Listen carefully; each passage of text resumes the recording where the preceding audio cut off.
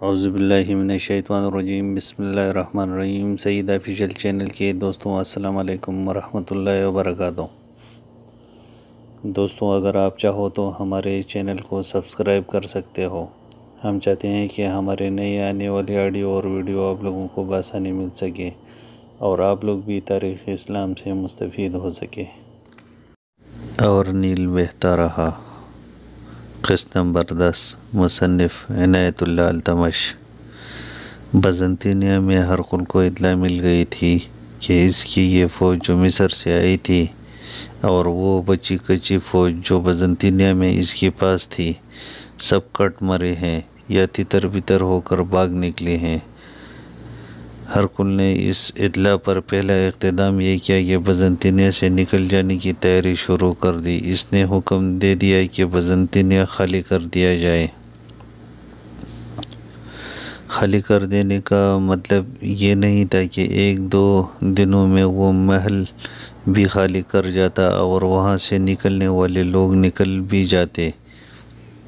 اس انخلا میں بہت سے دنوں کی مہلت درکار تھی۔ حقیقت یہ تھی کہ ہرقل نے شکست تسلیم کر لی تھی اور اس نے فیصلہ کر لیا تھا کہ وہ مصر چلا جائے گا۔ اپنے مصاحبوں سے اس نے کہا تھا کہ وہ مصر جا کر فوج کو تیار کرے گا اور پھر شام پر فوج کشی کرے گا، مسلمانوں کو یہاں سے نکال باہر کرے گا۔ یہ ایک قدرتی رد عمل تھا، یہ ایک شکست پر پردہ ڈالنے کا ایک ڈھنگ کہ اس نے اعلان کیا، خفت مٹانے کا اس کے سوا اور کوئی طریقہ ہو ہی نہیں سکتا تھا۔ یوکلس میدان جنگ سے نکلا تو رات کے وقت بزنطینیہ اپنے ماں لیزا کے پاس گیا تھا۔ یہ ایک احتیاط تھی کہ ہرقل کو پتہ نہ چلے کہ یوکلس آیا ہے۔ ماں یوکلس کو دیکھ کر یقیناً حیران ہوئی ہوگی کہ یہ لڑکا واپس کیوں آ گیا ہے۔ یوکلس نے ماں کو سارا واقعہ بتایا اور کہا کہ انتھونس نے نہ ہوتا تو ماں کو اس کی لاش ملتی جس کا سر الگ ہوتا۔ یوکلس لیزا کا اگلوتا بیٹا تھا، وہ تو ایسے ہی چونکی کہ اس کی آنکھیں ٹھہر گئی اور منہ کھل گیا، پھر اس کے چہرے پر غصے کا تاثر آ گیا اور وہ دان پیسنے لگے۔ ظالم جلات، لیزا نے دان پیستے ہوئے کہا، میں اسے زہر پلانے آئی تھی لیکن میرے دل میں اس کی ایسی محبت پیدا ہوئی کہ میں نے اسے صاف بتا دیا تھا کہ میں کس طرح ایران کی طرف سے اس کے لیے سراپا دھوکہ اور فرشتہ اجل بن کر آئی تھی۔ میں نے محبت سے اندھی ہو کر اس کے ساتھ شادی کر لی اور آج یہ میرے بیٹے کو قتل کروا رہا ہے۔ اس سے میرا اعتماد شادی کی کچھ دنوں بعد ہی اٹھ گیا تھا لیکن میں اس کے ہاتھوں میں مجبور ہو چکی تھی۔ لیزا نے یہ بات ایسے انداز سے کہی جیسے وہ اپنے آپ سے بات کر رہی ہو۔ یوکلس اس کے منہ کی طرف دیکھ رہا تھا کہ ماں کیا کہہ رہی ہیں۔ ایک دو دنوں بعد انتھونس بھی بزنطینیہ پہنچ گیا لیکن اس نے بھی ایسے احتیاط کی کہ ہرقل کو پتہ ہی نہ چل سکا کہ اس کا ایک جرنیل میدان جنگ سے آیا ہے۔ وہ اپنے گھر میں نہ گیا، کسی دوست کے یہاں اپنے کسی خفیہ ٹھکانے پر چلا گیا۔ وہ جرنیل تھا اور جرنیل عموماً شاہی خاندان سے تعلق رکھتے تھے۔ انتونس نے اپنے کسی قابل اعتماد دوست یا نوکر یا کسی اور کو خفیہ طور پر لیزا کے پاس اس پیغام کے ساتھ بھیجا کہ وہ اس سے آ کر ملے۔ لیزا تو بڑی بےتابی سے اس کا انتظار کر رہی تھی۔ وہ انتونس سے پوچھنے کو بےتاب تھی کہ اسے کس طرح پتہ چلا تھا کہ ہرقل اور اس کا بیٹا قسطنطین یوکلس کو اس طریقے سے قتل کرنا چاہتے تھے جو یوکلس نے اسے سنایا ہے۔ جو ہی اسے انتھونس کا پیغام ملا وہ چل پڑے اور انتھونس کے پاس پہنچ گئی۔ وہ ایک عام عورت کے لباس میں چہرے پر نقاب ڈالے اس کے پاس گئی تھی تاکہ کوئی اسے پہچان نہ سکے۔ آؤ لیزا، انتھونس نے پوچھا، کیا تمہیں اپنا بیٹا زندہ و سلامت واپس مل گیا ہے؟ ہاں مل گیا ہے، لیزا نے کہا، لیکن یہ سب وہاں کیا اور ہوا کیسے؟ میں کچھ سمجھی ہوں اور کچھ جاننا چاہتی ہوں۔ انتونس نے کہا کہ اس نے اسے یہی بتانے کے لیے بلایا ہے کہ وہ یوکلس اور موت کے درمیان کس طرح گیا تھا۔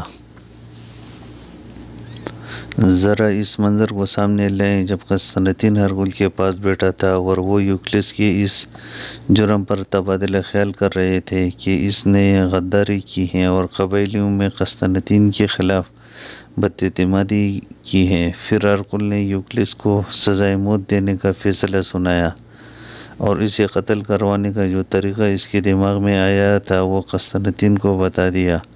پھر اس نے لیزا کو اور یوکلس کو بھی بلا لیا تھا اور انہیں یہ جھانسا دیا تھا کہ وہ یوکلس کو جرنیل بنانے کا فیصلہ کر چکے ہیں اور عملی تجربہ حاصل کرنے کے لیے یوکلس کو میدان جنگ میں جانا پڑے گا۔ ہرقل کے کمرے میں ایک نوخیز اور بڑی ہی دلکش کنیز موجود تھی جو وقفے وقفے سے ہرقل کو شراب پلاتی اور پھر الگ ہٹ کر اس طرح کھڑے ہو جاتی تھی کہ اس کی پیٹھ ہرقل اور قسطنطین کی طرف ہو جاتی تھی یا وہ باہر نکل جاتی۔ اس کے کان ہرقل اور قسطنطین کی باتوں پر لگی ہوئی تھی۔ اس نے بڑی اچھی طرح سن لیا تھا کہ یوکلس کو قتل کروایا جائے گا اور اسی مقصد کے لیے انہوں نے اسے جرنیل بنانے کی جو بات کی تھی وہ ایک جھانسا تھا۔ جب ہرقل نے کہا کہ وہ یوکلس کو انتونس کے حوالے کر دے گا تو کنیز چونک اٹھی تھی اور اب ہرقل اور قسطنطین کی باتیں پہلے سے زیادہ غور اور توجہ سے سننے لگی تھی۔ اس نے یوکلس کے قتل کی ساری سازش سن لی۔ یہ کنیز کم سنی میں اس کی بیوہ ماں سے چینی گئی تھی اور اسے ہرقل کو بطور تحفہ پیش کیا گیا تھا۔ لڑکی چونکہ غیر معمولی طور پر خوبصورت تھی اس لیے اسے ہرقل کی خاص کنیز بنا کر اس کے مطابق تربیت دی گئی تھی۔ انتونس کنیز کی ماں کو اچھی طرح جانتا تھا اور ماں انتونس کو اپنا ہمدرد سمجھتی تھی، جس کی وجہ یہ تھی کہ اس عورت کا خاوند انتونس کا دوست تھا، وہ مر گیا تھا۔ کنیز کی ماں انتونس کے آگے فریاد کرتی رہتی تھی کہ اس کی بیٹی اسے واپس مل جائے۔ انتونس نے اس عورت کے ساتھ وعدہ کیا کہ وہ اس کی بیٹی کو کسی نہ کسی طرح ہرقل کے چنگل سے آزاد کرا لے گا۔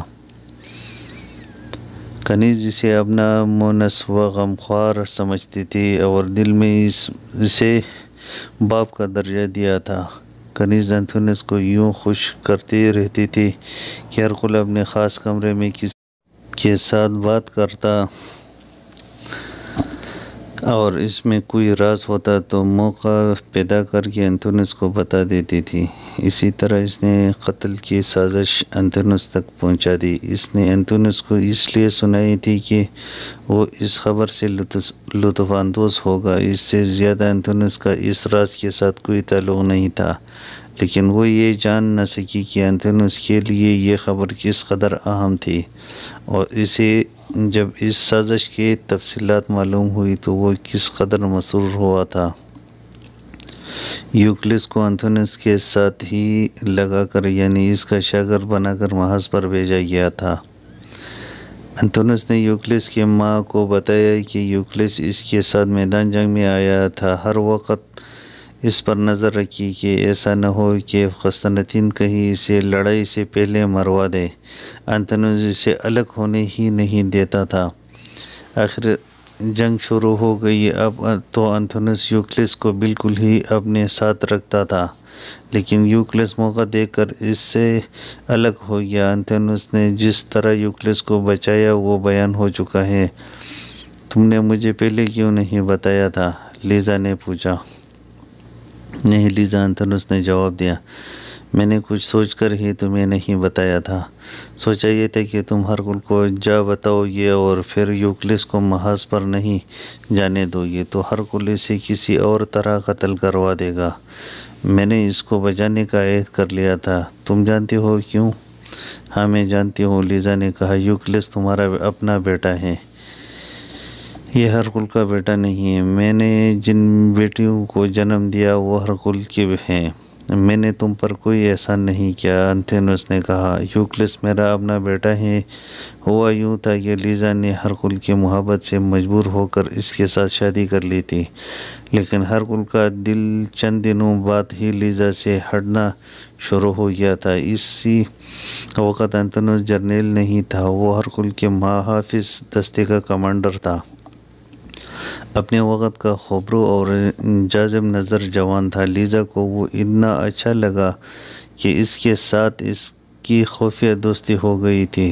یوکلس اس دوستی کی پیداوار تھا۔ انتھینوس کا بیٹا، بادشاہوں کی اندرونی دنیا میں یہی کچھ ہوتا ہے۔ انتھینوس نے کہا، مجھے پتہ چلا ہے کہ ہرکل نے قسطنطین کو یا اپنے کسی اور بیٹے کو قتل کروانے کی سازش کی ہے تو میں اس میں ذرا سی بھی دلچسپی نہ لیتا، لیکن یوکلس کو میں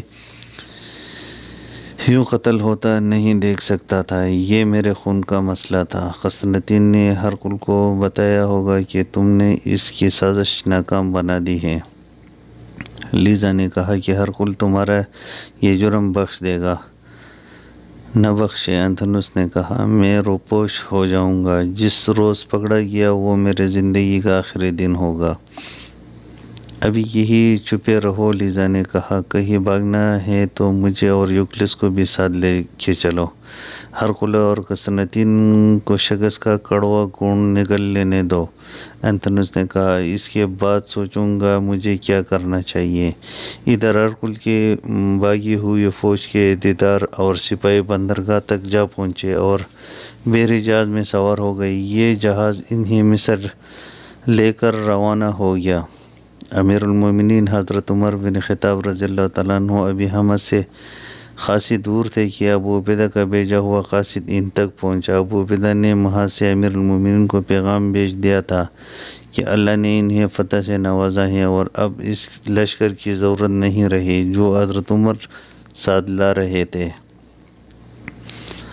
امیر المومنین وہیں رک گئے۔ ان کے پاس اتنا وقت نہیں تھا کہ حمص تک چلے جاتے۔ ابھی 5 دنوں کی مسافت باقی تھی۔ ہرکل کو تو فیصلہ کن شکست دے دی گئی، لیکن عیسائی قبائل جب اپنے علاقوں میں پہنچے تو انہوں نے مسلمانوں کے خلاف مسلح بغاوت کر دی۔ لیزا کی ایک تاریخ تھی، وہ اپنے ماضی پر اور اپنے خاندانی پس منظر پر بجا طور پر فخر کر سکتی تھی۔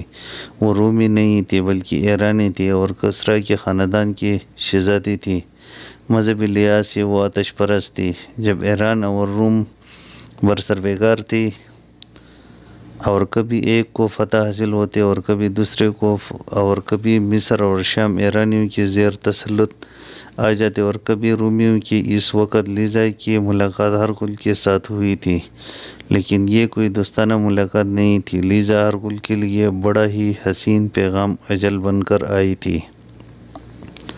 اس نے اپنا تعارف یوں نہیں کرایا تھا کہ وہ کس طرح ایران کی شہزادی ہے، بلکہ اس نے اپنے اغوا کا ایک ناٹک کھیلا تھا اور ایک مظلوم مغویہ بن کر ہرکل کے پاس پہنچی یا پہنچائی گئی تھی۔ ہرکل کو بتایا گیا تھا کہ یہ لڑکی ایک تاجر کی بیٹی ہے اور قافلے سے اغوا کر کے لائی گئی ہے۔ ہرکل اس وقت جوان تھا اور ایسے ہی ہیرو اور موتیوں کی تلاش میں رہتا تھا۔ اس نے یہ تحفہ دل و جان سے قبول کر لیا۔ شام پر ایرانی قابض ہو گئے اور ہرکل نے ایرانیوں پر جوابی حملہ کرنے کے لیے روم کے بادشاہ فوکاس کا تختہ الٹ کر بالکل معزول کر دیا تھا اور پھر شام پر حملہ آور ہوا تھا۔ وہ آدھا شام فتح کر چکا تھا جب یہ لڑکی اس کے پاس آئی تھی یا اسے پیش کی گئی تھی۔ لڑکی کسی تاجر کی بیٹی نہیں تھی، نہ اغوا ہوئی تھی۔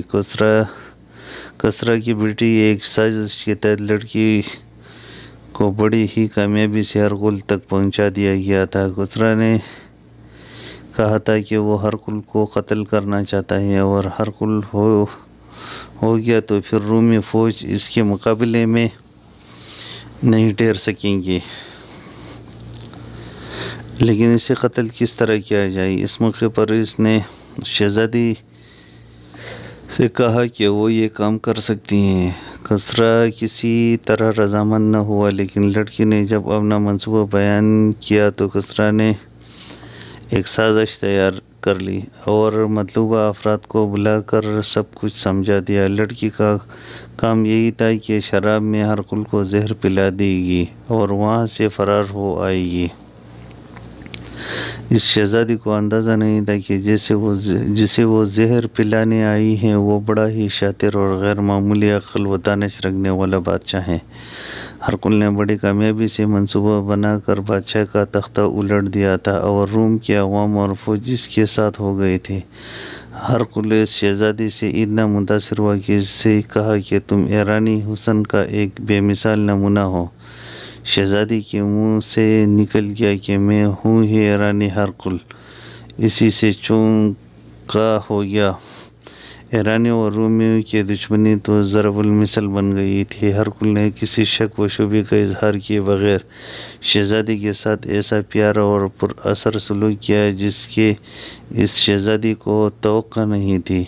ہو سکتا ہے ہرقل کو اس لڑکی پر شبہ ہو گیا ہو اور ہرقل نے اس کی اصلیت معلوم کرنے کے لیے یہ طریقہ اختیار کیا ہے کہ اسے داشتہ بنانے کے بجائے محبوبہ بنا لیا اور اس کے آگے بھیجنے لگا۔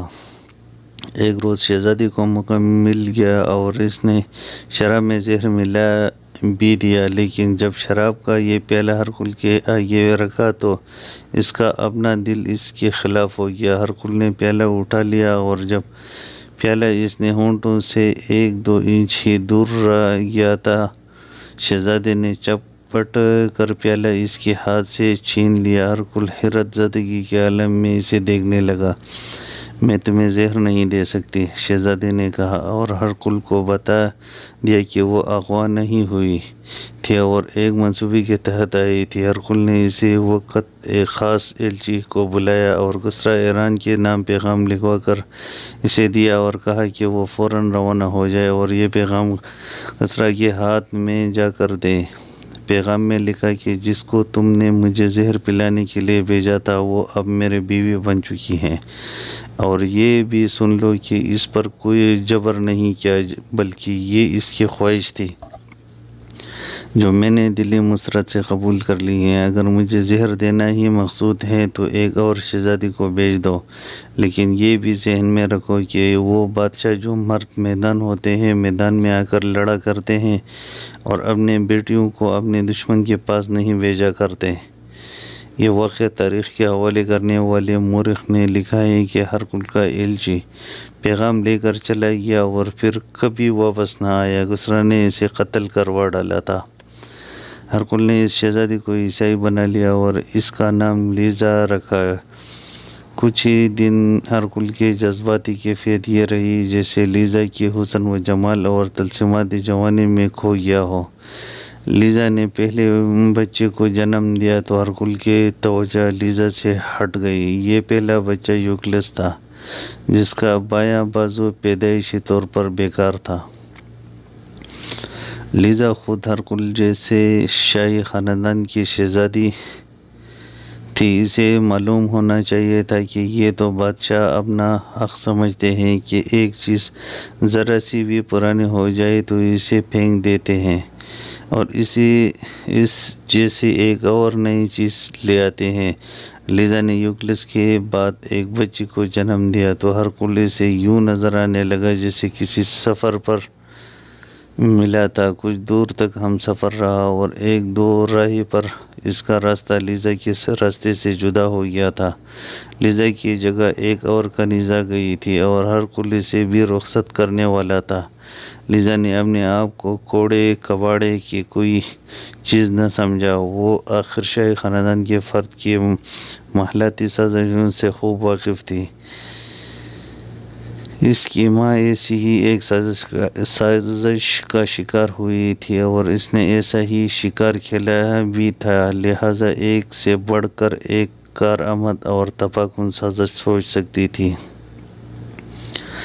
اور اس پر عمل کروانا بھی جانتی تھی۔ وہ ہرقل کے دماغ پر سوار رہی اور ہرقل اسے نظر انداز نہ کر سکا، بلکہ ہرقل کے دل میں اس کا کچھ ڈر بھی پیدا ہو گیا۔ یہ تھی یوکلس کی ماں، جو اسے ہرقل کا جانشین بنوانا چاہتی تھی، لیکن ہرقل نے اپنے دوسرے بیٹے قسطنطین کو جانشین بنا دیا تھا۔ امیر المومنین حضرت عمر رضی اللہ تعالیٰ عنہ اس وقت جاویہ کے مقام تک پہنچ چکے تھے جب انہیں ابو عبیدہ کا پیغام ملا کہ رومیوں کو فیصلہ کن شکست دے دی گئی ہے۔ امیر المومنین حضرت عمر رضی اللہ تعالیٰ عنہ نے وہیں سے مدینہ کو واپسی کا ارادہ کر لیا۔ پہلے سنایا جا چکا ہے کہ امیر المومنین اپنے ساتھ ایک لشکر لے کر گئے تھے، لیکن اب اس لشکر کی ضرورت نہیں رہی تھی۔ امیر المومنین کی مدینہ سے لمبی غیر حاضری مناسب نہیں تھی۔ لڑائی صرف حمص اور اس کی گردنواح میں ہی نہیں لڑی جا رہی تھی، بلکہ ادھر ایران کی فتح ابھی مکمل نہیں ہوئی تھی۔ کسریٰ ایران کے فوجوں کو شکست دی جا چکی تھی اور اب قبضہ مکمل کیا جا رہا تھا، اور مفتوح علاقوں کا انتظام اور محصولات وغیرہ کا نظام رواں کرنے کی مہم جاری تھی۔ مجاہدین کے لشکر دور دور تک پھیل گئی تھی اور ان کے قاصد مدینہ پہنچتے رہتے تھے۔ احکامات اور ہدایات جاری کرنے کے لیے امیر المومنین حضرت عمر رضی اللہ تعالیٰ عنہ کو مدینہ میں ہی رہنا چاہیے تھا۔ حضرت عمر جاویہ سے ابھی واپسی کے سفر پر روانہ نہیں ہوئے تھے۔ روانگی کی تیاری ہو رہی تھی کہ ابو عبیدہ کا ایک اور قاصد آ گیا۔ یہ قاصد امیر المومنین سے ایک فیصلہ لینے آیا تھا۔ صورت یہ پیدا ہو گئی تھی کہ ابو عبیدہ نے مدینہ قاصد بھیجا تھا کہ امیر المومنین سے کہیں کہ حمص بڑے سخت خطرے میں آ گیا ہے، جس کے لیے قومت کی ضرورت ہے۔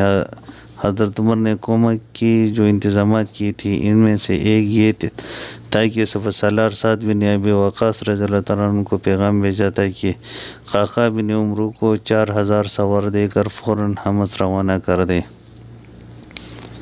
قعقاع بن عمرو بر رفتار پیش قدمی اور چیتے کی طرح دشمن پر جھپٹنے میں خصوصی شہرت رکھتے تھے۔ وہ کوفہ سے 4000 کمک لے کر بگولے کی طرح حمص کو روانہ ہو گئے تھے، لیکن ابھی وہ راستے میں ہی تھے کہ ابو عبیدہ نے رومیوں پر حملہ کر کے انہیں شام کی سرحد سے نکال دیا اور اس طرح انہیں فیصلہ کن شکست دے دی۔ قعقاع اس وقت حمص پہنچے جب یہ فتح مکمل ہو چکی تھی۔ اس وقت کا قومی اور ذاتی کردار قابل توجہ ہے۔ ابو عبیدہ نے محسوس کیا کہ مال غنیمت کی تقسیم میں قعقاع بن عمرو اور ان کے سالاروں کا حصہ بھی ہونا چاہیے، لیکن وہ تو اس لڑائی میں شامل ہی نہیں تھے۔ اس لیے ابو عبیدہ خود یہ فیصلہ نہ کر سکے اور انہوں نے فوراً قاصد امیر المومنین کی طرف جاویہ دوڑا دیا کہ یہ فیصلہ لائے کہ قعقاع اور ان کے سارے لشکر کو مال غنیمت کا حصہ دیا جائے یا نہیں۔ امیر المومنین نے جو تاریخی فیصلہ دیا وہ قاصد کو لکھوا کر ابو عبیدہ کے نام بھیجا۔ اس فیصلے کے الفاظ آج بھی تاریخ کے دامن میں محفوظ ہیں۔ انہوں نے لکھا، اہل کوفہ کو مال غنیمت میں اتنا ہی شریک سمجھا جائے جتنا لڑنے والے مجاہدین شریک ہیں۔